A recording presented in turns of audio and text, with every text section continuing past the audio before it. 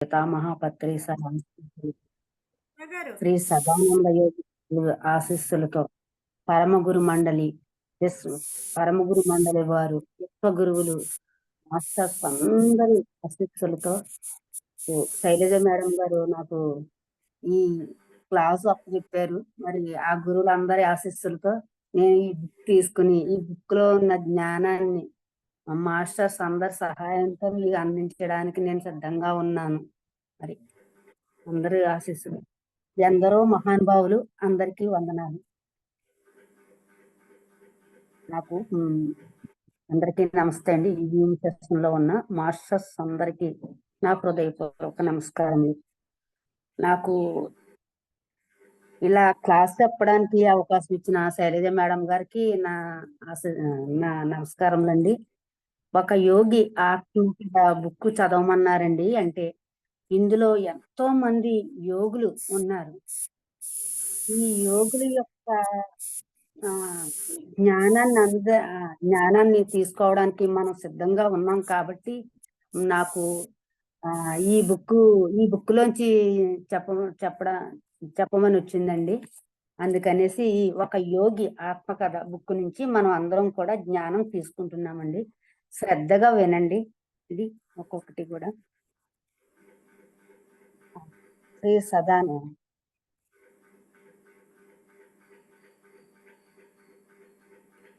యోగానంద పరమహంస గారికి నా ఆత్మపూర్వక ప్రణామాలండి. వారు ఆయన యొక్క జీవిత చరిత్ర గురించి, ఆయన ఎలా యోగి అయ్యారు, ఆయన పుట్టిన దగ్గర నుంచి ఆయన తపన, ఆయన గత జన్మలలోనంటండి ఆయన హిమాలయ పర్వతాలకి వెళ్ళొచ్చారంట.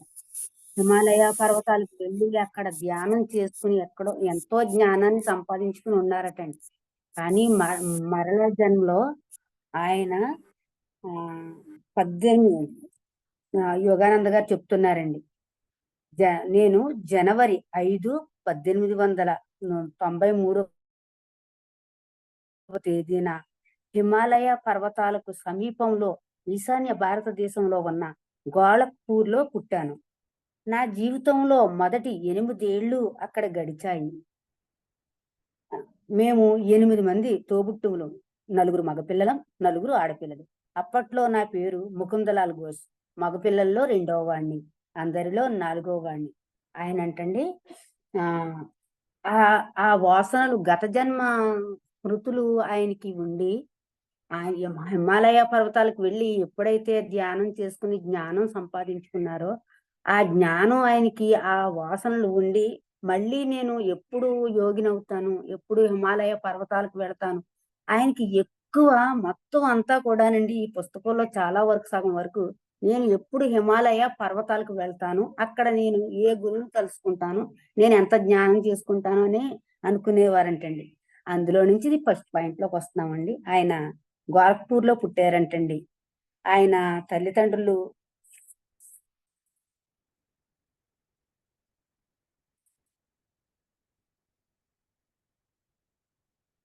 భగవత్ ఘోష్ గారండి ఆయన తండ్రి. మా అమ్మ నాన్న ఆయన అంటే మగపిల్లల్లో 2వ వాడంటండి. వాళ్ళందరూ కలిసి 8 మంది అది తోడబుట్టిన వాళ్ళు అంటండి. అందులో మగపిల్లల్లో 2వ వాడంటండి యోగానంద పరమహంస గారు. అందరిలో 4వ వాడంట. ఆయన పేరు అసలు పేరు ముకుందలాల్ ఘోష్. మా అమ్మ నాన్న బెంగాలీలు, నేను క్షత్రియ కులం వారు. మేము ఇద్దరు అమ్మ నాన్న కూడా అంటే ఇద్దరు సాధు స్వభావులు. వాళ్ళల్లో ఒకరి మీద ఒకరికి ఉన్న ప్రేమ ప్రశాంతమైనది, గంభీరమైనది, హుందాతనమున్న ఆ ప్రేమలో అల్పత్వానికి తావులేదు. ఎదిగే 8 పిల్లల కోలాహలపు జీవితాలు పరిభ్రమించే ప్రశాంతత కేంద్రం మా తల్లిదండ్రుల అద్భుత సామరస్యమే. 8 మంది పిల్లలు ఉన్న ఇల్లు ఎలా ఉంటుందండి? ఇప్పటి రోజుల్లో అయితే మనకి 2 పిల్లలతో ఎంతో గందరగోళంగా ఉంటుంది. కానీ వాళ్ళ అమ్మగారు, వాళ్ళ నాన్నగారు ఎంతో శాంత స్వభావులు అంటండి. అందువల్ల వారు 8 మంది పిల్లలతో ఎంతో శాంతి స్వభావంతో సామరస్యంగా ప్రశాంతంగా ఉండేదంటండి ఆ కుటుంబం. నాన్నగారు భగవతి చరణ్ ఘోష్ గారు, దయాశీలురు, గంభీరులు, అప్పుడప్పుడు కఠినులు కూడా. పిల్లలం మేము ఆయన్ని అమితంగా ప్రేమిస్తూనే గౌరవభావంతో కాస్త ఎడంగా ఉండేవాళ్ళం. ఆయన ప్రతిభావంతులైన గణిత శాస్త్రజ్ఞులు, తార్కికు తార్కులు తార్కికులు ప్రధానంగా బుద్ధి బలాన్ని అనుసరించి సాగేవారు. ఆయన అంటండి చాలా ప్రతిభావంతులంట, గణిత శాస్త్రజ్ఞులంటండి. ఏదైనా ఒక విషయం చెప్తే అది తర్కించకుండా, అది విశ్లేషించకుండా వినేవారు కాదంటండి. బాగా విశ్లేషణ ఆ ఆ, బాగా క్షుణ్ణంగా తెలుసుకునేవారంటండి. ఆయన బుద్ధి బలాన్ని ఉపయోగించేవారు. నిజంగా చెప్పాలంటే మనకు పత్రి సార్ చెప్తుంటారు కదండి, బుద్ధి ఉపయోగించాలి, బుద్ధితోటి మనం చూడాలని. అలా ఆయన ఆ టైంలోనే బుద్ధి బలాన్ని అనుసరించి సాగేవారు. కానీ మా అమ్మ హృదయాల రాణి. ఆవిడ మాకన్నీ ప్రేమతోనే చెప్పింది. ఆవిడ పోయిన తర్వాత అంటే ఇక్కడ ఇంకా ఇది ఇంకా ఉన్నారంటే అంటే ఈ పాయింట్ ఇలా వచ్చిందంతే. పోయిన తర్వాత నాన్నగారు తమలో ఉన్న మాధ్యవాన్ని మరింతగా పైకి చూపేవారు. అప్పుడు ఆయన చూసే చూపు తరచుగా అమ్మ చూపే కనిపించేది. ఆయన చాలా ప్రేమగా చూసేవారంటండి. ఆవిడ చూసే చూపు ఆయనలో కూడా వచ్చిందంటండి. ఆవిడ శాంత స్వభావురాలంటండి. క్రమశిక్షణ అలవర్చడం కోసం మా అమ్మ సందర్భానికి అనువైన కథలను మహాభారతంలోని, రామాయణంలోంచి తీసుకుని చెబుతూ ఉండేది. మనకి చిన్నపిల్లలప్పుడు బాగా అప్పుడు ముద్దు ముద్దుగా చెప్పేవారు కదండి. దగ్గర కూర్చోబెట్టుకుని సాయంత్రం అయ్యేటప్పటికి పెద్దగా అప్పుడు హోంవర్క్‌లు అవి ఉండేవి కాదండి. అంటే మామూలు స్కూల్ వల్ల.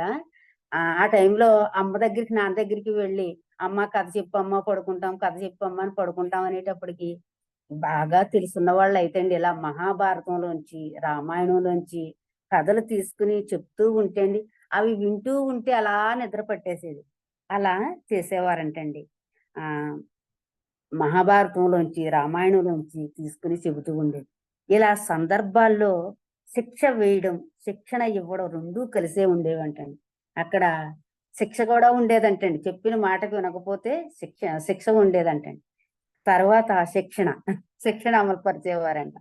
ఆ విధంగా మా అమ్మ సాన్నిధ్యంలో మాకు పిల్లలకు పవిత్ర గ్రంథాలతో తీపి, చేదుల మొదటి పరిచయం ఏర్పడింది.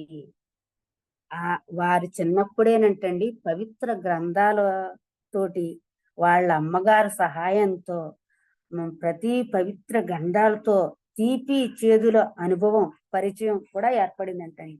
నాన్నగారు ఆఫీస్ నుంచి వచ్చే సమయానికి ఆయనకి గౌరవంగా స్వాగతం చెప్పడం కోసం మా అమ్మ సాయంత్రం వేళల్లో పిల్లలందరికీ జాగ్రత్తగా బట్టలు వేసేది. భారతదేశంలో ఉన్న పెద్ద కంపెనీల్లో ఒకటిగా పేరున్న బెంగాల్ నాగపూర్ రైల్వేలో ఉపాధ్యక్ష పదవి లాంటి ఉద్యోగంలో ఉండేవారంటండి. ఆయన అప్పటి రోజుల్లో కూడానంటండి వాళ్ళ ముకుందలాల్ అదే పరమహంస యోగానంద గారు వాళ్ళ నాన్నగారంటండి పెద్ద ఈ భారతదేశంలో ఉన్న పెద్ద కంపెనీలో పెద్ద ఒకరిగా పేరుగన్న బెంగాల్ నాగపూర్ రైల్వేలో ఉపాధ్యక్ష పదవి లాంటి ఉన్నత పదవిలో ఉండేవారంటండి ఆయన. దాని రీత్యా ఆయన ప్రయాణాలు ఎక్కువ ఉండేవంటండి.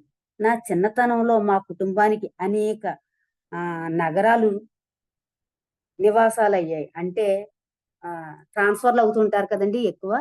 అలా ఎన్నో ప్రాంతాలు నివాసాలయ్యాయంటండి. అవసరాల్లో ఉన్న వాళ్ళని ఆదుకోవడంలో అమ్మ ఎప్పుడూ ఉదారంగా ఉండేది. నాన్నగారు కూడా దయ దయ చూపించేవారు. కానీ ఆ రకంగా చేసే ఖర్చులు ఆదాయ వ్యయనాల అన్ ఆదా వ్యయనాలకి అందాక అందరికి లోబడే ఉండాలనేసి ఆయన అభిప్రాయం. ఒక ఒక పక్షం రోజుల్లో పేదవాళ్ళకి భోజనాలు పెట్టడం కోసం అమ్మ పెట్టిన ఖర్చు నాన్నగారి నెలసరి రాబడిని మించిపోయిందంటండి. ఆవిడ ఎక్కువ దయాశీలురు కాబట్టి ఎవరు వచ్చినా కాదనకుండా అన్ని సహాయం చేస్తూ ఉండేదంటండి. ఆవిడ అలా చేసే సమయంలో ఒక ఒక పక్షం రోజులు అంటే పక్షం అంటే 15 రోజులు కదండి. ఈ 15 రోజుల కాలంలో ఆయన తెచ్చే జీతం అంటండి, జీతం కూడా సరిపడకుండా మొత్తం ఖర్చు పెట్టేశారంట ఆవిడ. ఖర్చు పెట్టేస్తే అప్పుడు నాన్నగారు అమ్మతో ఇలా అన్నారు. నేను నిన్ను కోరిందల్లా ఒక్కటే. దానాలు మొత్తం నువ్వు చేసే ఖర్చు ఉచితమైనది. ఉచితమైన అనుమతిని మించకుండా చూసుకో. భర్తగారి సున్నితపు మ- సున్నిత సున్నితమైన మందలింపు కూడా అమ్మకు దుఃఖం కలిగించింది. ఆయన అన్నారంటండి, నేను నువ్వు సహాయం చెయ్యొద్దని అనట్లేదు, కానీ మా తలకు మించిన ధర్మం పనికిరాదు. నీ చేతిలో ఎంత ఉందో అంత ఖర్చు పెట్టుకుని చూసుకో అని అన్నారంటండి. కానీ ఆవిడ ఆ చిన్న మాట సున్నితంగా అన్నారంటండి ఆయన. అనేటప్పటికి ఆవిడకి దుఃఖం వచ్చేసిందంటండి. ఆ దుఃఖం వచ్చేసి తమ పిల్లలది తమకిద్దరికీ కలిగిన ఈ అభిప్రాయ భేదం, చిన్న భేదాన్ని గురించి పిల్లలకి చూచాయిగా అస్సలు చెప్పకుండానంటండి ఆవిడ ఒక జట్కా పనిని పిలిపించేసుకున్నారంటండి ఆవిడ. పిల్లలకి కూడా 8 మంది పిల్లలు ఉన్నారు. వాళ్ళెవరికి కూడా ఈ చిన్న విషయం కోపం గురించి తెలియనివ్వకుండా ఆ జట్కా బండిని పిలిపించేసుకుని అవి ఎక్కేయడానికి ఆవిడ సిద్ధంగా ఉందంటండి. సరిగ్గా ఆ సరిగ్గా అదే టైం నేను ఆవిడ అన్నారంట, ఇక వారి భర్తతో అన్నారంట, ఏమండి ఇంక సెలవు, నేను మా పుట్టింటికి వెళ్ళిపోతున్నాను అని పెట్టి పట్టుకుని బండి ఎక్కిపోతున్నారంటండి. సడన్ గా అప్పుడు ఆయన ఏంటంటే వెళ్ళిపోతున్న అన్న మాటలో ఆయనకి పెద్ద హెచ్చరిక కింద అనిపించిందంటండి. ఆయన ఆయన అంత సున్నితంగా చెప్పినా ఈవిడ కూడా సున్నితంగానే, సెలవు ఇంకా నేను మా పుట్టింటికి వెళ్ళిపోతున్నాను, మీరు నా మాట వింటలేదు కానీ అని అనేటప్పటికి ఇంకా ఆయనకి హెచ్చరికగా అనిపించిందంటండి. ఎలా ఏం చెయ్యాలో తెలియక మరి అప్పుడు మరి ఆ ఆ మాటకు మేము తెల్లబోయి ఏడుపులు మొదలు పెట్టాం. సరిగ్గా ఆ సమయానికి ఎక్కడి నుంచో పిలిచినట్టు వచ్చాడు మా మావయ్య. కరెక్ట్ గా వచ్చారంటండి. పిల్లలందరూ గొల్లుని ఏడుపు మొదలు పెట్టేశారంటండి. అమ్మ వెళ్ళిపోతుంది ఇంకా అనేసి ఏడుస్తుంటే అప్పుడు సరిగ్గా అదే టైంలోనంటండి వాళ్ళ మావయ్య వచ్చారంటండి. కరెక్ట్ గా వచ్చి నాన్నగారి చెవిలో ఏదో గుసగుసలాడారు. సందేహం లేదు, యుగ యుగాలుగా ఎందరో చేస్తూ వస్తున్న హితోపదేశము ఇది. దాని మీదట నాన్నగారు రాజీ ధోరణిలో, అంటే రాజీ పడి, నేను ఇంకెప్పుడు అలా అన్ను, నీ ఇష్టం, నువ్వు ఎలా అయితే ఎలా చేసుకుంటావో చేసుకో, పిల్లల్ని వదిలి వెళ్ళకు అనేసి అంటండి బ్రతిమాలారటండి. ఆ రాజీ ధోరణిలో 4 మాటలు చెప్పిన తర్వాత బండిని సంతోషంగా తిప్పి పంపేసింది అమ్మ. నేను గమనించినంత వరకు అమ్మకి నాన్నగారికి ఏర్పడిన ఒకే ఒక వివాదం అంతటితో ముగిసింది. అయితే వాళ్ళిద్దరికీ స్వభావ స్వభావ సహజంగా సాగిన చర్చ మాత్రం ఒకటి గుర్తుకు వస్తోంది. ఒక్క 10 రూపాయలు ఇవ్వండి, పాపం ఒక బీదావిడ వచ్చి అడుగుతుంది అందంటండి. ఎదుటి వాళ్ళని ఒప్పించే గుణం అమ్మ చిరునవ్వులో ఉంటుంది. 10 రూపాయలు ఎందుకు, ఒక్కటి చాలు కదా అన్నారంటండి నాన్నగారు. ఆ తమ అభిప్రాయాన్ని సమర్థించుకోవడానికి. ఇంకా ఇలా అన్నారు మా నాన్నగారు, తాతయ్య నాన్నమ్మ హఠాత్తుగా చనిపోయినప్పుడు మొట్టమొదటిసారిగా పేదరికం అంటే ఏమిటో నాకు అప్పుడు అనుభవంలోకి వచ్చింది. అప్పుడు ఇలా డబ్బులు 10 రూపాయలు, 100 రూపాయలు ఇలా వాడేస్తూ ఉండడం వల్ల చేతిలో ఒక్క చిల్లిగవ్వ కూడా లేకపోయిందంటండి. అలాంటప్పుడు అప్పుడు మా నాన్నగారు యోగానంద గారు చెప్తున్నారట అనమాట. అంటే తర్వాత ఇది, కానీ ఆయన చెప్తున్నారు కదండి. మా నాన్నగారు, తాతయ్య, నాన్నమ్మ హఠాత్తుగా చనిపోయినప్పుడు మొట్టమొదటిసారిగా పేదరికం అంటే ఏమిటో నాకు అప్పుడు అనుభవంలోకి వచ్చింది. బడికి వెళ్ళడానికి కొన్ని మైళ్ళు నడిచిపోవాలంటే పొద్దుటిపూట నా భోజనం ఏమిటో తెలుసా? ఒక చిన్న అరటిపండు మాత్రమే. తరువాత యూనివర్సిటీలో చదివే రోజుల్లో డబ్బు కోసం ఎంత కటకట అయ్యేదో తెలుసా? డబ్బున్న ఓ జడ్జి గారిని ఆశ్రయించి నెలకొక్క రూపాయి ఇప్పించమని కోరాను. ఇయ్యనన్నాడు ఆయన. ఒక్క రూపాయినా తనకి ముఖ్యమైంది అన్నాడు. అంటే అదే ఈయన అంటున్నారంటండి, ఎవరో యోగానంద పరమహంస గారు వాళ్ళ తండ్రి గారు అంటున్నారంటండి భార్యతో. ఎలా అంటే, నువ్వు 10 రూపాయలు ఎందుకు, ఒక్క రూపాయి ఇవ్వచ్చు కదా అంటే ఆవిడ మొహం మార్చుకున్నారంట. అలా కాదు, నేను ఇవ్వొద్దని కాదు, నేను చదువుకున్న రోజుల్లో మా నాన్నగారు, తాతయ్య, నానమ్మ అందరూ చనిపోయారు. చనిపోతే ఆ ఆ సమయంలో మమ్మల్ని ఎవ్వరూ చూడలేదు. ఒక్క రూపాయి మా చేతిలో లేదు. పేదరికం అంటే ఏమిటో మాకు బాగా అనుభవంలోకి వచ్చింది. అప్పుడు నేను స్కూల్‌కి వెళ్ళడానికి ఒక హ్మ్, మైలు దూరం, కొన్ని మైళ్ళు దూరం నడిచి వెళ్ళాలంటండి ఆయన. అలా చదువుకోవడానికి వెళ్ళడానికి పొద్దుటి పూట ఒక్క అరటిపండు, ఒక్క అరటిపండు మాత్రమే తీసుకువెళ్ళేవారంటండి. అంత పేదరికంలో నుండి వచ్చారంటండి. ఆహ్, ఇది యోగానంద పరమహంస గారి తండ్రి గారు. అలా ఎవరో ఒక జడ్జి గారినంటండి, "సార్ నేను చదువుకుంటాను. నాకు నెలకి ఒక్క రూపాయి ఇవ్వండి" అని బ్రతిమాలారంటండి ఆయన. బ్రతిమాలితే ఆయన అన్నారంటండి, "నో, నేనివ్వను. ఎందుకివ్వాలి? నేనివ్వను" అన్నారంటండి. అయితే ఆహ్, ఈయనన్నారాయన, "ఒక్క రూపాయైనా తనకి ముఖ్యమే." ఆయనన్నాడంటండి, నేనసలు ఒక్క రూపాయి కూడా ఇవ్వను. నాకు ఆ ఒక్క రూపాయి కూడా నాకు ముఖ్యమే" అన్నారంటండి. ఆయన ఆ రూపాయి ఇయ్యనన్నాడని ఎంత బాధగా తలుచుకుంటున్నారు. అమ్మ హృదయ హృదయం తక్షణ తర్కాన్ని ప్రయోగించింది. తొందరపడి ప తొందర హ్మ్. తొందర పని పడ్డప్పుడు రూ. 10 ఇవ్వడానికి మిమ్మల్ని కూడా ఆవిడ అలాగే బాధగా తలుచుకోవాలనుందా?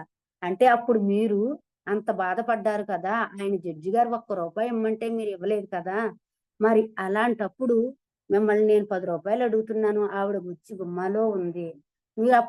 10 ఇవ్వడానికి మీరెంత బాధపడ్డారో అంత బాధపడ్డాలా అని ఆవిడ అడిగిందంట. ఏ కొత్త ప్రతి సాధన చెప్పినా మొట్టమొదట వద్దు అనడానికి నాన్నగారికి అలవాటు.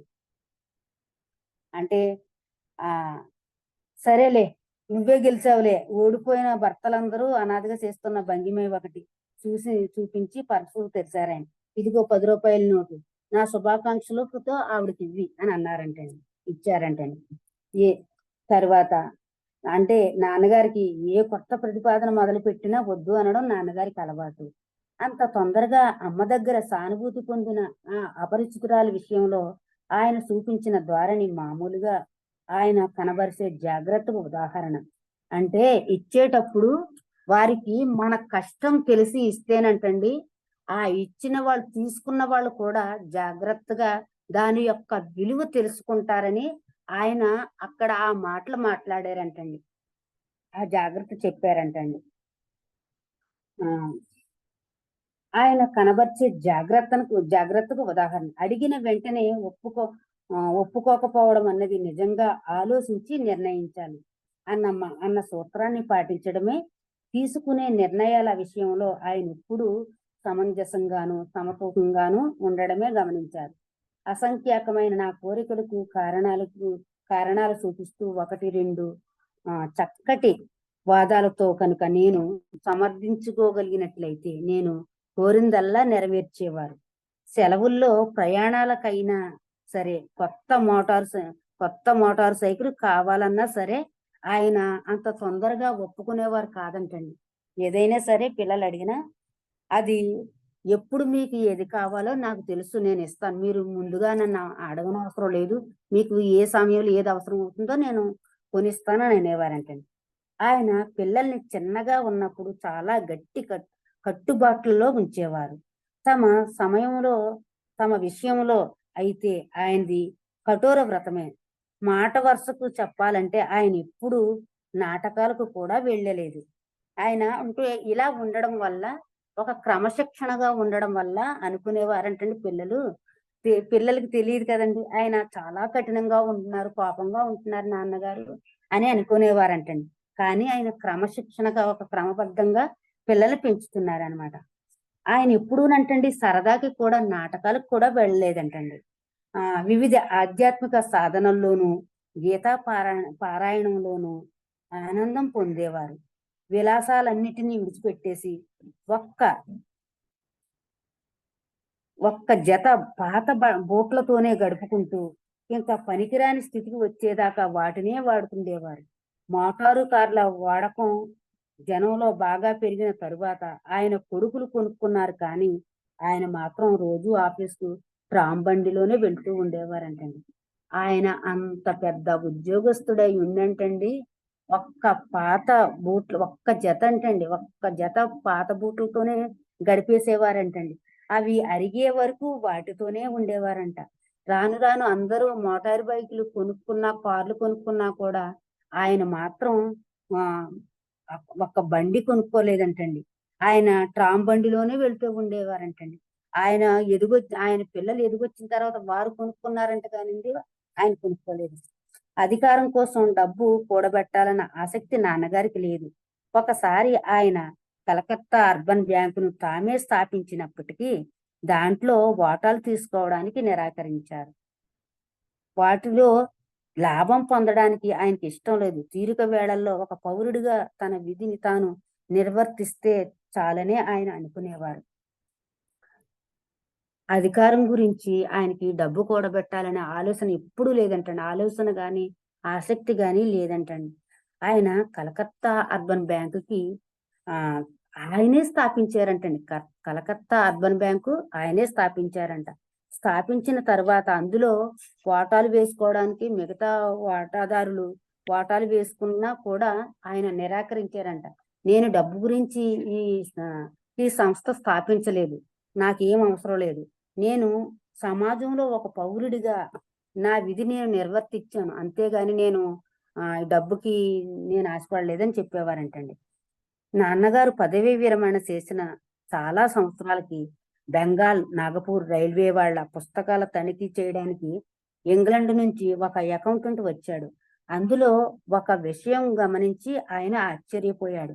జరిగింది ఏమిటంటే రైల్వే వారి దగ్గర నుంచి నాన్నగారికి బోనస్ రావాల్సి ఉంది. బకాయి పడ్డ బోనస్ కోసం ఆయన ఎప్పుడూ దరఖాస్తు చేయలేదంట. ఆయన పదవీ విరమణ చేసిన తర్వాత చాలా సంవత్సరాలకి బెంగాల్, నాగపూర్ రైల్వే వాళ్ళ పుస్తకాల తనిఖీకి అంటండి ఒక అకౌంటెంట్ వచ్చాడంటండి. ఆ అకౌంటెంట్ వచ్చి ఆ పుస్తకాలన్నీ తిరిగేసి చూసిన తర్వాత అదేంటి ఈయనకి భగవతిలాల్ బోస్ గారికి బోనస్ ఇవ్వాలి కదా! ఈ బోనస్ ఆయన ఎందుకు తీసుకోలేదు అని వారందరినీ అడిగారంటండి. అంటే ఆయన డబ్బు గురించి పట్టించుకోరనేసి మిగతా ఉద్యోగస్తులు చెప్పారంటండి.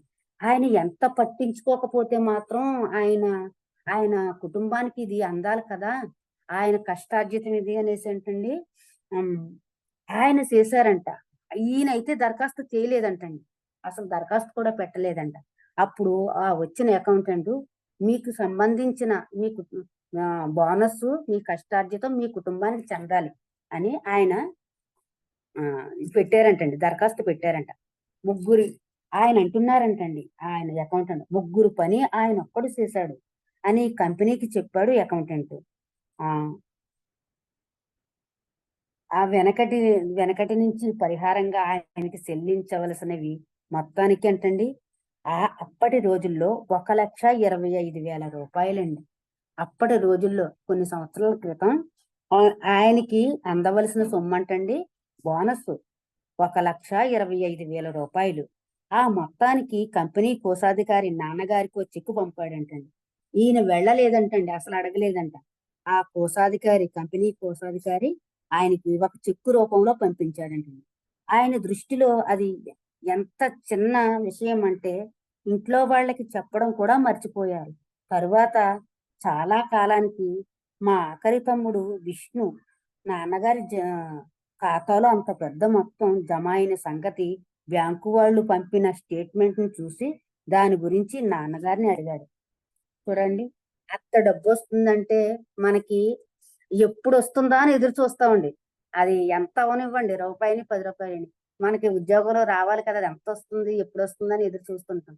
అలాంటిది ఆయన అలా వదిలేస్తే ఎన్నో సంవత్సరాలకి ఆ అకౌంటెంట్ వచ్చి మీ మీ సంపాదన మీ కష్టార్జితం కంపెనీలో ఉంచడం ఏంటండి, మీకు వద్దనుకుంటే మీ కుటుంబం ఖర్చులకు ఉంటాయి అనేసి అంటండి ఆయన మొత్తం అంతానంటండి జాబితాలు అన్ని చూసి 1,25,000 రూపాయలు ఆ చెక్కు తీసుకొచ్చి ఇచ్చారంటండి. కానీ ఆ చెక్కు తీసుకొచ్చి ఇచ్చిన డబ్బు వచ్చిన సంగతి ఆయన మర్చిపోయాడంటండి. అస్సలు ఇంత కూడా ఇంట్లో వాళ్ళకి చెప్పడం గాని ఇంత డబ్బు వచ్చిందని సరదా గాని ఆయనకి లేదంటండి. కొన్ని రోజుల తర్వాత ఆయన తమ్ముడు అది యోగానంద పరమహంస గారు తమ్ముడు విష్ణు అంటండి. ఆయన ద్వారా ఆయనకి ఈ ఈ నాన్నగారి ఖాతాలో ఇంత పెద్ద అమౌంట్ ఉందనేసి అండి ఆయనకి చెప్పారంట. చెప్పిన తర్వాత ఆయన అడిగారు బ్యాంకు వాళ్ళు పంపిన స్టేట్మెంట్ ని చూసి వాళ్ళ తమ్ముడు చూసి కుటుంబంలో అందరికీ అమ్మకి వారందరికీ చెప్పారంటండి. వాళ్ళ నాన్నగారిని అడిగాడంటండి. ఇంత డబ్బు ఇంత జమ వచ్చిందంట కదా నాన్నగారు, చెప్పలేదు ఏంటండి అని. భౌతికమైన లాభాలను చూసి పొంగిపోవడం ఎందుకు అని జవాబిచ్చారంటండి. ఆయన ఎంత ధార్మికుడో చూడండి. మరి అంత ధార్మికుడికి తల్లిదండ్రులకి పుట్టారు కాబట్టే యోగానంద పరమహంస గారు అంత గురువయ్యారు. అంటే ఇది మొత్తం సంభాషణ అండి. తల్లిదండ్రుల దగ్గర నుంచి మనకి నిజంగా తెలుసుకోవలసిన విషయం ఏంటంటే, ముందు మనం తల్లిదండ్రులు మనం ఎలా ఉన్నామో చూసుకుంటే మన పిల్లల పెంపకం ఎలా ఉందో మనం మన చేతుల్లో ఉంటుంది కదండి. నాకు చదువుతుంటే అది అర్థమవుతుంది అనమాట.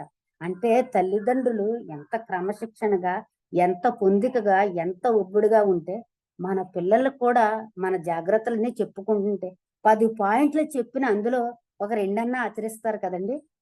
అది ఆ భౌతికమైన ఈ భౌతికమైన లాభాలను చూసి పొంగిపోవడం ఎందుకు అని జవాబిచ్చారాయన. అన్నింటి విషయంలోని సమదృష్టి సాధించాలని తలచేవారు. లాభం వచ్చినప్పుడు పొంగిపోడు, నష్టం వచ్చినప్పుడు పొంగిపోడు. ఈ లోకంలోకి వచ్చేటప్పుడు మనిషి డబ్బు లేకుండానే వస్తాడని, పోయేటప్పుడు ఒక్క రూపాయి కూడా పట్టుకుపోడని అతనికి తెలిసి ఉంటుంది. ఆయనకి అంతా తెలుసు అండి. అంతా తెలుసు కాబట్టే ఈ లోకానికి వచ్చినప్పుడు ఒక్క రూపాయి తీసుకురాలేదు. మనం వెళ్ళిపోయేటప్పుడు ఒక్క రూపాయి కూడా వెళ్ళం కదా. మరి వచ్చినప్పుడు ఎందుకు పొంగిపోవడం, రాలేనప్పుడు ఎందుకు దుఃఖపడిపోవడం అనేసి ఆయన చెప్పారంట ఆయన. వాళ్ళ అబ్బాయితో చెప్పారంట. దాంపత్య జీవితంలో తొలినాళ్లలో మా అమ్మ నాన్నగారు కాశీలో ఉండే లాహిరి మహాశయులనే మహాగురువుకి శిష్యులయ్యారు. ఇప్పుడు యోగానంద పరమహంస గారి ద్వారా మనకి ఒక గురువు గారు పరిచయం అవుతున్నారండి.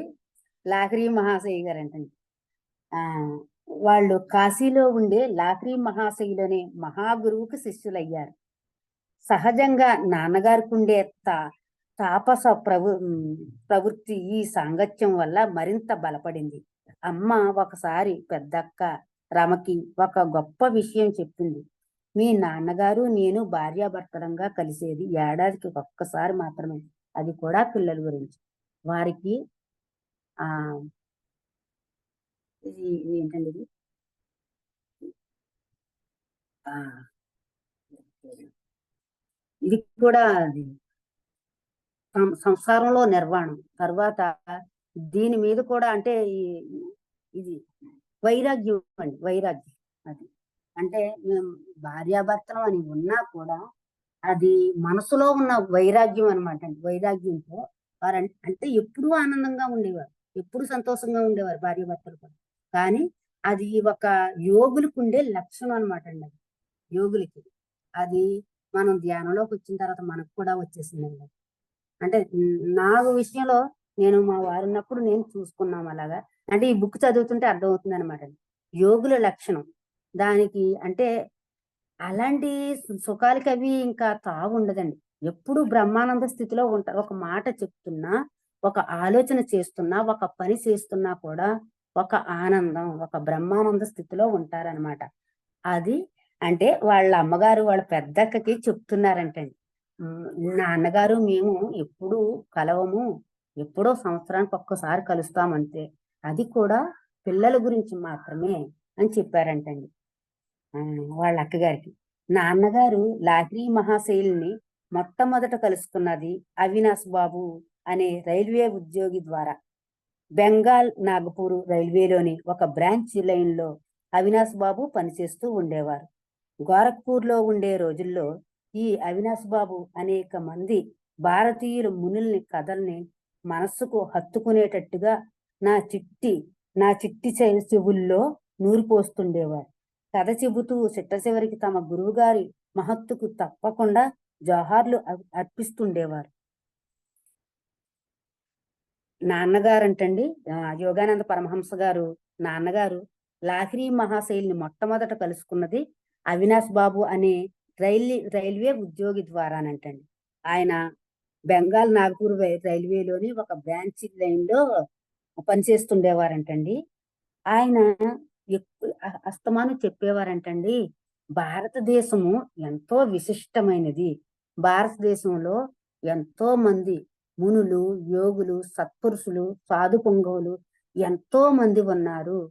వారందరి దగ్గర మనం నేర్చుకోవాల్సింది ఎంతో ఉంది అని చెప్పి అప్పుడు లాగ్రి మహాశయులు గురించి చెప్తూ యోగానంద పరమహంస గారి దగ్గరకు వచ్చేంటండి. ఆయన చెవిలో ఎప్పుడు కూడా యోగ లాహిరి మహాశయులు గురువు గారిని కలుసుకొని గుసగుసలాడుతూ ఎంతో సంతోషంగా చెప్తూ ఆయనకి ఆ, ఆ, ఈ- అది జోహార్లు అర్పిస్తూ ఉండేవారంటండి.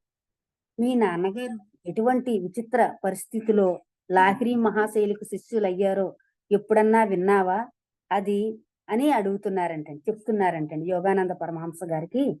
మీ నాన్నగారు ఎటువంటి విచిత్ర పరిస్థితుల్లో ఆ లాహిరి మహాశైలిని కలుసుకున్నారో తెలుసమ్మా, ఎప్పుడన్నా విన్నావా అని అడిగారంటండి. లేదండి అని అన్నారంటండి. అంటే అప్పుడు నేను చెప్తాను విను అని చెప్తున్నారంటండి. అది వేసవికాలం మందంగా ఉండే మధ్యాహ్నం పూట అవినాష్ బాబు నేను మా ఇంటి ఆవరణలో కూర్చుని ఉన్నాం. అప్పుడు ఈ సిక్కు ప్రశ్న వేశారాయన. ఏం చెబుతారో వినాలన్న ఆశతో చిరునవ్వు నవ్వుతూ తెలియదన్నట్టుగా తలదిప్పాను. నువ్వింకా కొన్నేళ్లకు పుడతావనగా నేను కాశీ వెళ్లి మా గురువు గారి దర్శనం చేసుకోవడానికి ఓ వారం సెలవులు, ఒక వారం రోజులు సెలవు ఇమ్మని నాపై మా ఆఫీసర్ గారిని అంటే మీ నాన్నగారిని అడిగాను. దానికి నన్ను వేళాకోళం చేశారాయన. అంటే ఈయన వెళ్ళంటండి, ఈయన ఎవరు అవినాష్ బాబు గారు, ఆయనకి పైన ఆఫీసర్ గారంటండి. ఆయన్ని అడిగారంటండి. నేను కాశీ అంటే ఈ యోగానంద పరమహంస గారు అప్పటికి పుట్టలేదంటండి. ఆ సమయంలో ఈ అవినాష్ బాబు గారు వెళ్ళి ఆ అడిగారంటండి. నేను కాశీ వెళ్ళాలి, ఒక వారం రోజులు సెలవు ఇవ్వండి అని అడిగారంటండి. ఆ పై ఆఫీసర్ ఎవరు ఈయనేనంటండి. సెలవు ఇవ్వడం ఏంటి? ఆ రోజు నేను విచారంగా మొహం పెట్టి అదేంటి వారం రోజులు సెలవు ఎందుకని వేళాకోళం చేశారంటండి ఆయన. మతంలో పడి పిచ్చివాడవుతున్నావా ఏంటి అని అడిగారంటండి. నువ్వు కనుక పైకి రాదలుచుకుంటే ఆఫీసు మీదే పని మీదే దృష్టి పెట్టుకో అంటూ హితవు చెప్పారు. నువ్వు కాశీ వెళ్తాను, మును యోగుల్ని కలుసుకుంటాను అది కాదు. నువ్వు నిజంగా పైకి రావాలనుకుంటే ఆఫీస్ పనుల్లో దృష్టి పెట్టు అని అన్నారంటండి. ఆ రోజు నేను విచారంగా ఇంటి ఇంటి మొహం పట్టి చెట్లు గుబుర్లున్న దారిలో నడిచిపోతూ ఉంటే పల్లకీలో వస్తూ మీ నాన్నగారు కనిపించారు. బంటోతుల్ని పల్లకిని వెనక్కి పంపించేసి ఆయన నాతో నడక సాగించారు. నన్ను ఓదార్చే ఉద్దేశంతో లౌకికంగా విజయం సాధించడానికి కృషి చేస్తే కలిగే లాభాలేమిటో చెప్పుకొచ్చారు. కానీ నేను దిగులుతో ఉండడం చూసి లాహిరి మహాశయ, మిమ్మల్ని చూడందే నేను బతకలేను అంటూ మొరపెడుతూనే ఉంది నా గుండె. ఆయన ఏదో చెప్తున్నారంటండి. యోగానంద పరమహంస గారు ఆయన్ని పల్లకీలో తీసుకొస్తున్నారంటండి.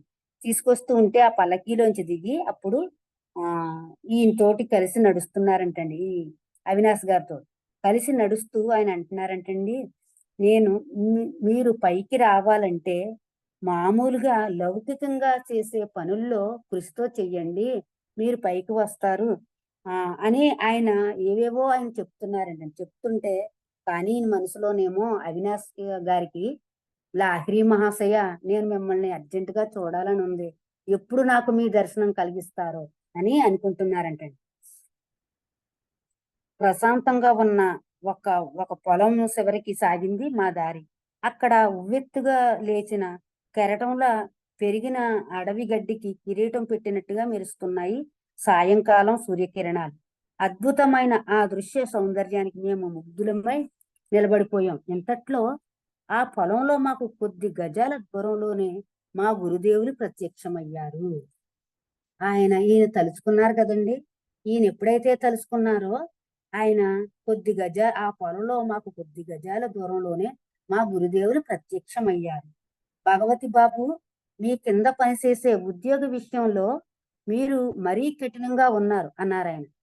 ఆయన భగవతిలాల్ బోస్ గారిని చెప్పారంటండి. ఒక్క మాట హెచ్చరికగా వినిపించిందంటండి ఆ మాట. భగవతి బాబు, మీ కింద పనిచేసే ఉద్యోగ విషయంలో మీరు మరీ కఠినంగా ఉన్నారు అన్నారు ఆయన. ఆశ్చర్యశకుతులమై ఉన్న మా చెవుల్లో ఆయన కంఠస్వరమే మారుమోగింది. ఎంత విచిత్రంగా ప్రత్యక్షమయ్యారో అంత విచిత్రంగానూ అదృశ్యమయ్యారు. నేను మోకరిల్లి లాహిరి మహాశయ అంటూ ఆశ్చర్యంతో ఆయన్ని స్మరించాను. మీ నాన్నగారు కొద్ది క్షణాల పాటు మాన్పుడు నిశ్చేష్టులైపోయారంటండి. ఇదేంటి? ఇది నిజమేనా? గురువుగారు అంటున్నాడు. నిజంగా గురువుగారు వచ్చారెక్కడికి? మాటలు వినిపించాయి. వచ్చారు, కనిపించారు, వెంటనే వెళ్ళిపోయారా అని ఆశ్చర్యచకితుడైపోయారంటండి యోగానంద పరమహంస గారు తండ్రి గారు. అవినాష్ బాబు, సెలవు మీకు ఇవ్వడమే కాదు, నాకు కూడా నేను ఇచ్చుకుంటున్నాను. రేపే బయలుదేరి కాశీ వెళ్దాం. వెంటనే అప్పుడు ఆయనకి, అవినాష్ బాబు నీకొక్కడికే కాదు వారం రోజులు సెలవు, నాకు వారం రోజులు సెలవు ఇచ్చుకుంటున్నాను. మనం ఇద్దరం కలిసే కాశీ వెళ్దాం. నీ తరపున చెప్పడం కోసం తమ సంకల్ప శక్తి వల్ల ఇక్కడ ప్రత్యక్షం కాగలిగిన మహాగురువులు లాహిరి మహాశయుని గురించి మేము తప్పకుండా తెలుసుకోవాలి. అంటే నా కళ్ళు తెరిపించడానికి నీ ద్వారా ఆయన నాకు ప్రత్యక్షమయ్యారు. లేకపోతే నాకు ఆయన గురించి తెలియకపోను. ఆ లాహిరి మహాశయుల్ని తప్పకుండా తెలుసుకోవాలి, కలుసుకోవాలి. మా ఆవిడ్ని కూడా తీసుకువెళ్ళి తమ ఆధ్యాత్మిక పందాలను అనుసరించడానికి మాకు దీక్ష ఇవ్వమని ఆయన్ని అడుగుతాము. ఆయన దగ్గరికి తీసుకువెళ్తావా అని ఇప్పుడు ఈయనే అడుగుతున్నారంటండి. ఈయన్ని భగవతి బాబు గారు అవినాష్ గారిని అడుగుతున్నారంటండి. నేను నేనే కాదు మా ఆవిడని కూడా తీసుకొస్తాము. అలాగే ఈ ఆధ్యాత్మిక పందాను అనుసరించడానికి మాకు కావలసిన దీక్షను ఇవ్వమని ఆయన్ని నువ్వు అడుగుతావా మాకు ఇవ్వమని అని చెప్తున్నారు.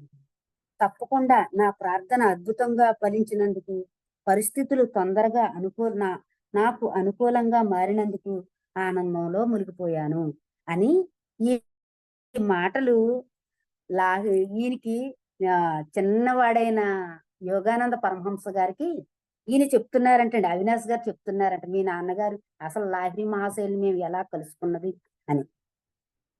తర్వాత మర్నాడు సాయంకాలం మీ అమ్మగారు, నాన్నగారు, నేను కాశీ వెళ్ళడానికి బండి ఎక్కాం. ఆ మర్నాడు అక్కడికి చేరగానే కొంత దూరం గుర్రబండి మీద వెళ్ళి తరువాత సన్నటి సందులు గుండా నడిచి ఏకాంతంగా ఉన్న ఇంటిని చేరుకున్నాం. గురువుగారు కూర్చునే చిన్న గదిలోకి ప్రవేశించాం. అలవాటుగా ఆయన పద్మాసనంలో స్థిరంగా కూర్చుని ఉన్నారు. వారి ముందు ప్రణమిల్లాం. గుచ్చి చూసే తమ కళ్ళని మిలమిల్లాడించి మీ నాన్నగారి మీద చూపు నిలిపారు. భగవతి బాబు, మీ కింద పనిచేసే ఉద్యోగ విషయంలో మీరు మరీ కఠినంగా ఉంటున్నారు అని అన్నారంటండి.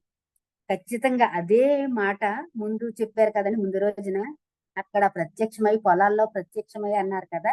మళ్ళీ అదే మాట అనేటప్పటికి అప్పటికి వీపు గుండె జల్లుమనిపోయిందంటండి. 2 రోజుల కిందట గడ్డిబీడులో ప్రత్యక్షమైనప్పుడు అన్న మాటలే ఇప్పుడు కూడా ఆయన అన్నారు. ఆ తర్వాత అవినాష్ బాబు నా దగ్గరికి రావడానికి మీరు అనుమతించినందుకు, అతనితో పాటు మీరు మీ భార్య కూడా వచ్చినందుకు నాకు చాలా సంతోషంగా ఉంది అని చెప్పారంటండి లాహిరి మహాశయుడు. అంటే ఎలా అంటే ఇప్పుడు అవినది భగవతి బాబు అవినాష్ గారికి నా దగ్గరికి తీసుకొచ్చినందుకు, ఆయనకు మీరు సెలవిచ్చినందుకు నా ధన్యవాదాలు. అలాగే మీరు వచ్చినందుకు, మీ భార్యను కూడా తీసుకొచ్చినందుకు మీకు ధన్యవాదాలు అని అన్నారంట. చాలా సంతోషంగా ఉంది అని అన్నారంట. ఆనందించారు. ఆ శిరస్మరణీయమైన ఈ దివ్య దర్శనపు రోజు నుండి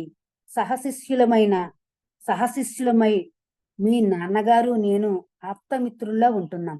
నీ పుట్టుక విషయంలో లాహిరి మహాశయులు గాఢమైన ఆసక్తి చూపించారు. నీ జీవితం ఆయనతో తప్పకుండా ముడిపడి ఉండాలి. మహాగురువుల ఆశీస్సులు ఎప్పటికీ వృధా కాదు. చూడండి ఎక్కడి నుంచి ఎక్కడికి వచ్చేసిందో అప్పుడే. అంటే అప్పుడు లాహిరి మహాశయుల్ని కలుసుకున్న తర్వాత అప్పుడు ఈయన యోగానంద పరమహంస గారు పుట్టారంటండి. నీ పుట్టుకతో ఆయనకు కూడా ఏదో ముడిపడి ఉంది. అందుకే నిన్ను అనుసరిస్తున్నారు లాహిరి మహాశయులు అని ఆ చిన్ని యోగానంద గారికి చెప్తున్నారంటండి. అది కూడా సరదాగా అంటున్నారంటండి. మహాగురువులు ఆశీస్సులు ఎప్పటికీ వృధా కాదు. నేను ఈ ప్రపంచంలో అడుగుపెట్టిన కొద్ది కాలానికే లాహిరి మహాశయులు తనువు చాలించారు. యోగానంద పరమహంస గారు పుట్టిన కొద్ది రోజులకేనంటండి లాహిరి మహాశయులు తనువు చాలించారంట. ఆయన ఫోటో ఒకటి అందంగా అలంకరించిన సట్రంలో మా ఇంట్లో ఉండేది. ఆఫీసు వాళ్ళు చేసే బదిలీల వల్ల మా నాన్నగారు తిరిగిన ఊళ్ళల్లో అల్లా ఆయన ఫోటో మా పూజా మందిరానికి వన్నె తెస్తూ ఉండేది. అమ్మా నేను అనేక రోజులు పొద్దుట సాయంత్రము తాత్కాలికంగా ఏర్పాటు చేసుకున్న మందిరం దగ్గర ధ్యానం చేస్తూ కూర్చునేవాళ్ళం. సుగంధం గల చందనంలో ముంచిన పూలతో పూజ చేస్తుండేవాళ్ళం. సాంబ్రాణి, గుగ్గిలం, ధూపాలు వేసేవాళ్ళం. లాహిరి మహాశయుల్లో సంపూర్ణంగా వ్యక్తమైన దైవత్వాన్ని, సమైక్య భక్తి ప్రపత్తులను మేము ఆరాధించేవాళ్ళం. ఆయనది ఆయన లాహిరి మహాశయులు యోగానంద పరమహంస గారు పుట్టిన కొద్ది రోజులకే తనువు చాలించారంటండి. కానీ ఆయన ఫోటో ఒక్కటే ఉందంటండి. ఒక్కటే. ఇంకా వివిధ రూపాల్లో ఉండదు. ఎప్పుడు కూర్చున్న ప్రతిమ మాత్రమే ఉంటుందండి.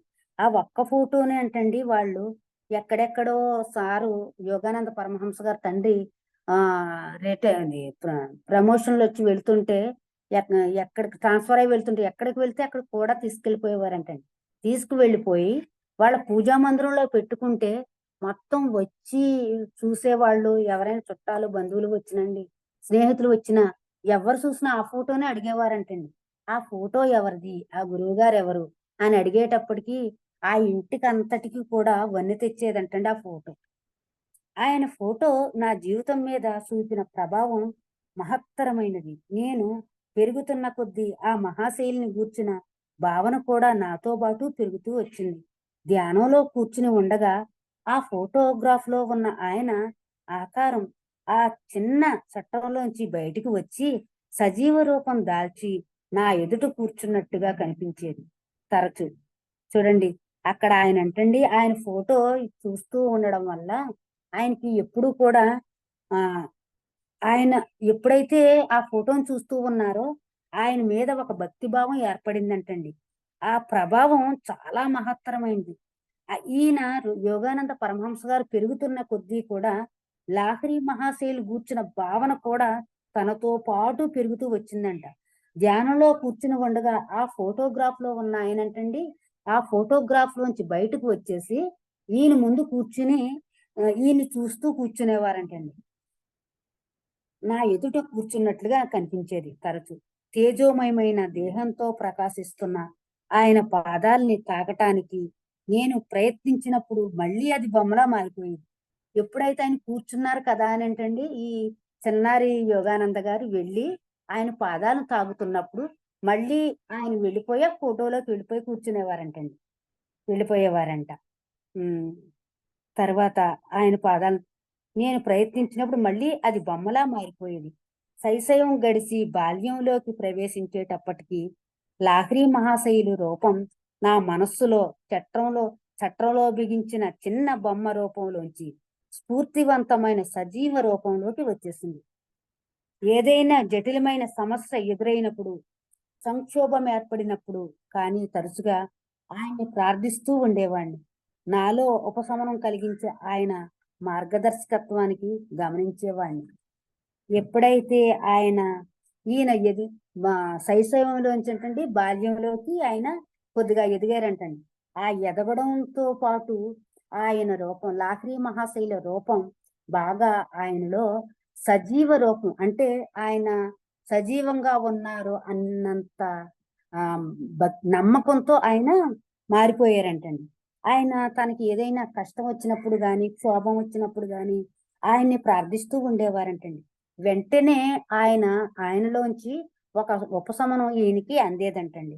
ఆయన మార్గదర్శకత్వానికి ప్రతిసారి ఆయన వచ్చి ఇచ్చే సందేశాలను, ఆయన ఇచ్చే స్ఫూర్తిని ఈయన ఈ చిన్నారి యోగానంద గమనిస్తూ ఉండేవారంటండి. ఆయన భౌతిక రూపంలో జీవించడం లేదే గాని మొదట్లో బాధపడుతూ ఉండేవాడిని. అయ్యో! ఈయన భౌతిక రూపంలో లేరు.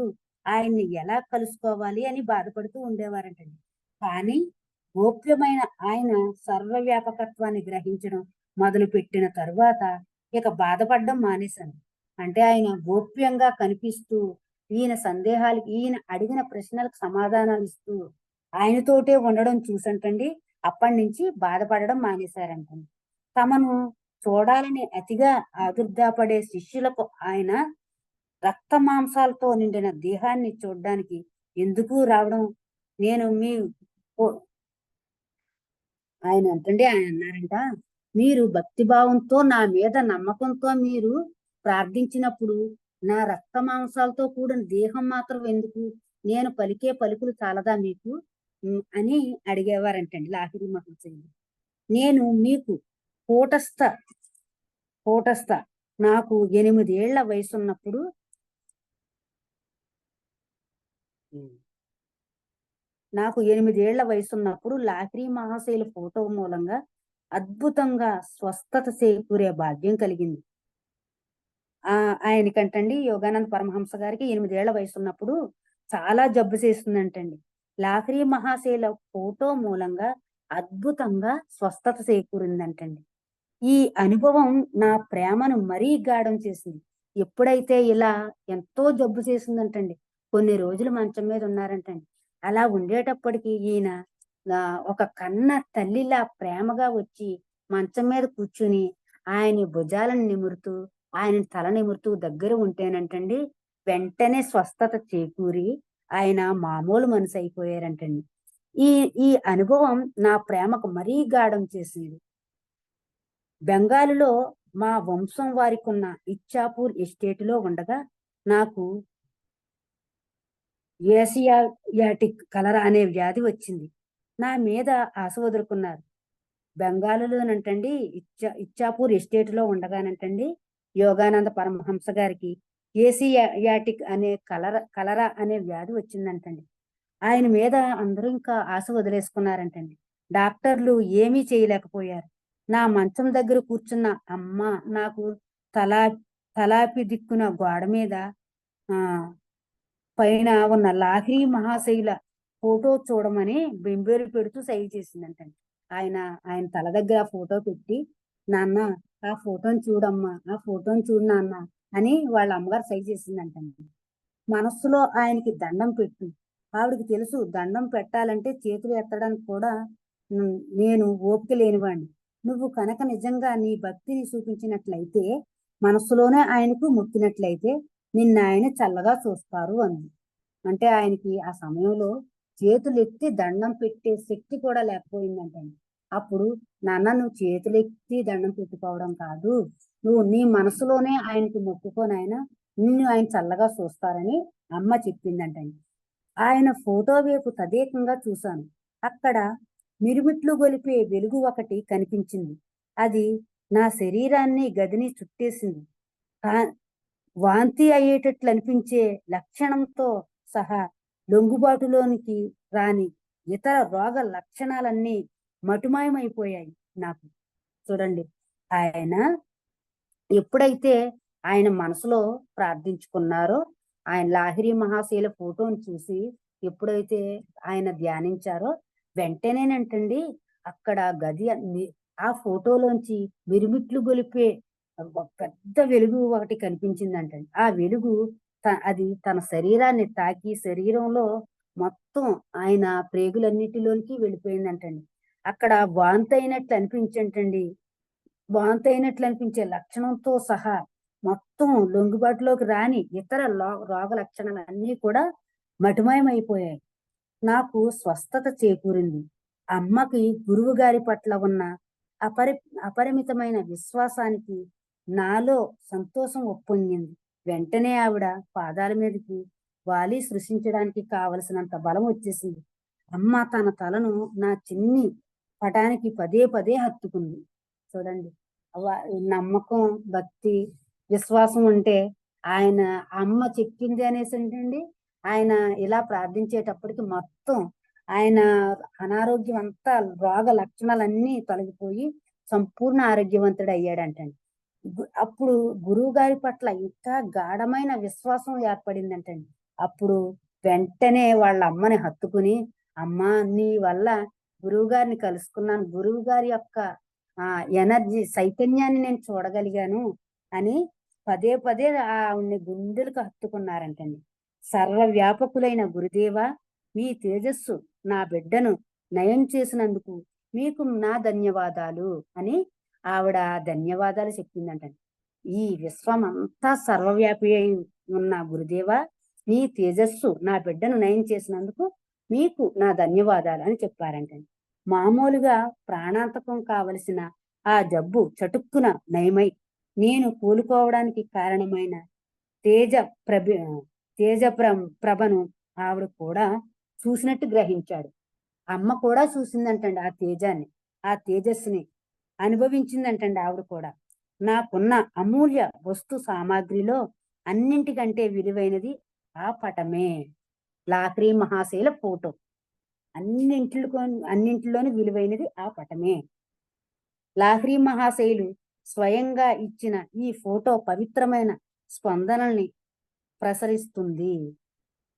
లాహ్రీ మహాశైలు అంటండి స్వయంగా ఇచ్చిన ఈ ఫోటో పవిత్రమైన స్పందనల్ని ప్రసరిస్తుంది. ఈ ఫోటో పుట్టుకకు వెనక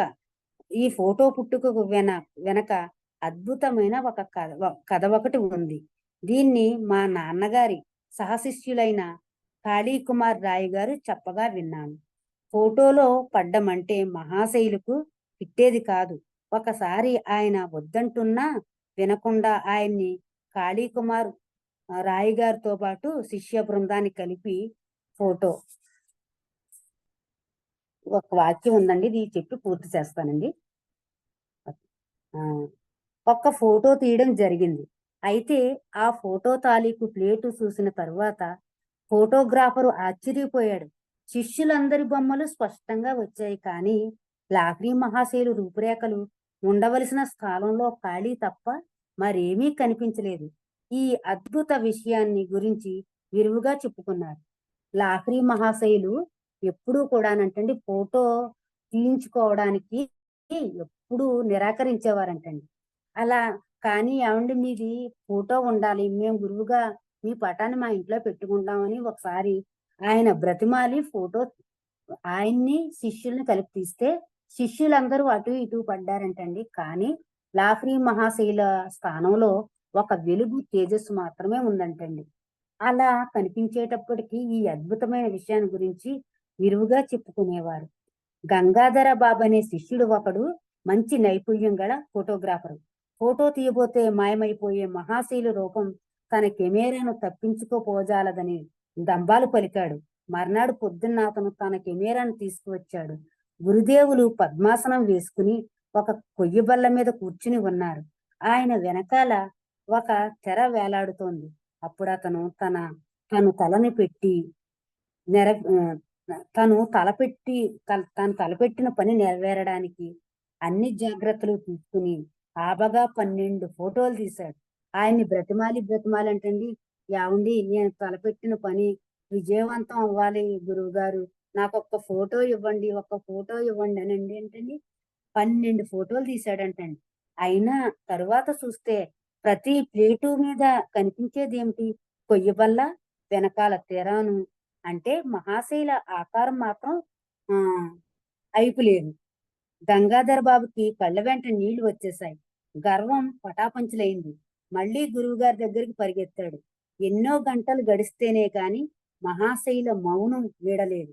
తరువాత భావగర్భితంగా ఈ వ్యాఖ్య చేశారు. అంటేనంటండి ఈయన దంబాలు పలికాడంటండి.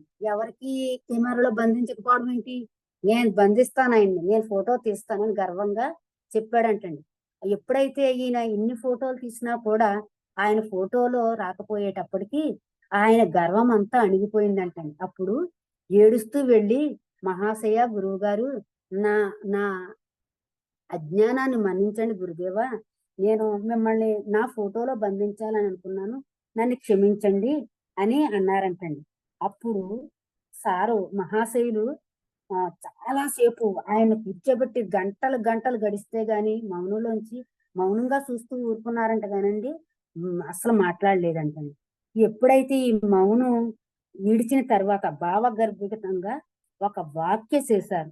నేను ఆత్మస్వరూపుణ్ణి, సర్వవ్యాప్తమైన అఘోర శక్తిని, అగోచరమైన శక్తిని.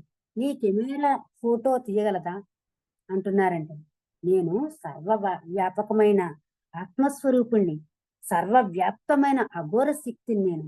ఈ కెమెరాను నేను అగోచర శక్తిని. ఈ కెమెరా నన్ను బంధించగలదా అని అడిగారంట. తీయలేదని తెలుసుకున్నానండి. నేను ఫోటో తీయలేదని తెలుసుకున్నానండి. కానీ స్వామి, మీ శరీరాలయం ఫోటో ఒకటి కావాలని భక్తితో కోరుతున్నాను. ఇంతవరకు నా దృష్టి సంకుచితంగా ఉంటూ వచ్చింది.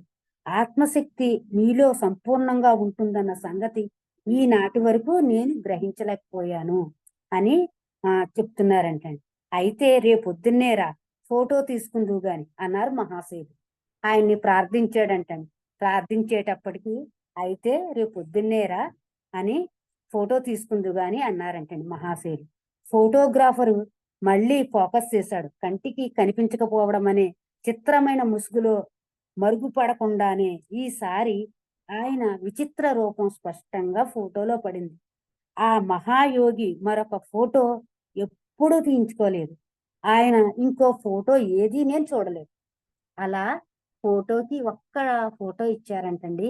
అది ఇప్పుడు మనం అందరం చూసే ఫోటో అది ఒక్కటేనంటండి. ఇంకా జీవితంలో ఎప్పుడు ఫోటోకి ఆయన ఇవ్వలేదంటండి. ఇంతవరకు నాకు అవకాశం ఇచ్చినందుకు చాలా చాలా కృతజ్ఞతలండి. ఇదిగోనండి ఆ యోగానంద పరమహంస గారు తల్లి జ్ఞానప్రభా ఘోష్ గారి తల్లి, తండ్రి ఆ భగవతీ శరణ్ ఘోష్ గారి ఇంతవరకు ఇట్లకి వచ్చిందండి. కానీ చాలా అద్భుతం అండి. ఈ బుక్ ధ్యానంలోకి వచ్చిన కొత్తలో నాకు ఒక గురువు గారు నాకు ప్రజెంట్ చేశారనమాట. తల్లి నువ్వు ఈ గ్రంథం చదువు అని అన్నారండి. అప్పుడు చదివాను. చదివి అలా పెట్టుకున్నాను. తర్వాత ఎన్నో గ్రంథాలు పుస్తకాలన్నీ చదివాను. మధ్యలో చదువుతుంటాను. ఇందులో ఒక్కొక్క నేను ఇందులో ఒక కూడా పాడాలని అనుకుంటున్నాను. ఎప్పటి నుంచి ఒక 10 రోజులు, ఒక నెల రోజుల నుంచి. కానీ నాకు పుస్తకం ఇలా తెరవాలి, మళ్ళీ గురువులతో కనెక్ట్ అవ్వాలి అని ఇప్పుడు మళ్ళీ పరమ గురువుల ఆశీస్సులు అనుకుంటానండి. కానీ మరి ఈ బుక్ చదవడానికి నాకు అవకాశం ఇచ్చిన అందరికీ, శైలజ మేడం గారికి, మీకు అందరికీ ధన్యవాదాలండి. కానీ ఒక్కటి కూడా చెప్తున్నానండి. నేను అంటే ఈవిడ బుక్ చదువుతుంది వినాలి అని ఎవరు అనుకోవద్దండి. ఎవరు అనుకోవద్దు. ఈ బుక్కులో ఎంతో మంది యోగులు ఉన్నారు. ఎంతో మంది గురువులను పరిచయం చేయడానికి ఈ ఈ యోగానంద పరమహంస గారు తన ఆత్మకథ రాశారంటండి. మనం మామూలు కథ వినట్లేదు. ఇది ఆత్మకథ రాశారంటండి.